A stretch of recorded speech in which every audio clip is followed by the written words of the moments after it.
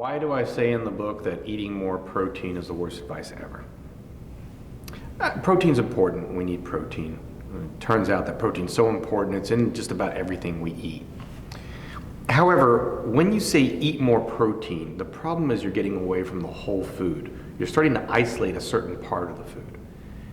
And what people know has protein in it is meat. They don't seem to know that, beans and vegetables and kale and things like that have protein in it.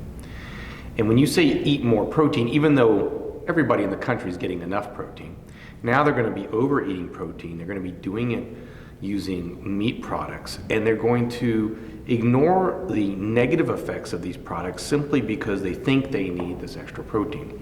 So telling someone to get more of a certain macronutrient could drive them to eat the wrong foods when you could get that macronutrient in adequate amounts using safer foods.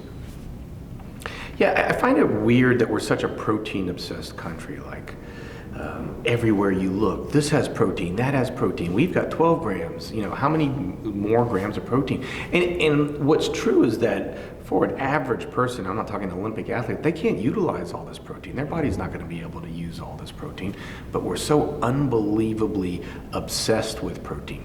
And yet, when you look at the data, we well overeat recommended allowances of protein. We overeat recommended allowances of protein even that they recommend for bodybuilders.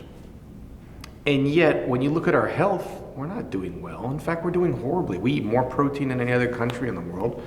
We've got some of the worst health in the world. Whereas if you look at the countries that have just stellar health, like if you go to Okinawa, they're only getting about 7% of their calories from protein, whereas 15 to 20% of our calories come from protein. And we think we're low, and we need to go even higher.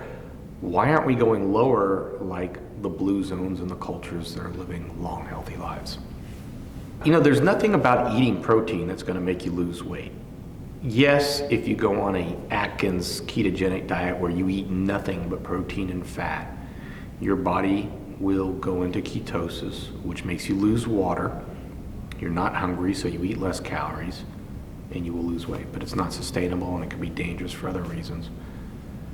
But just because that works doesn't mean protein in and of itself works.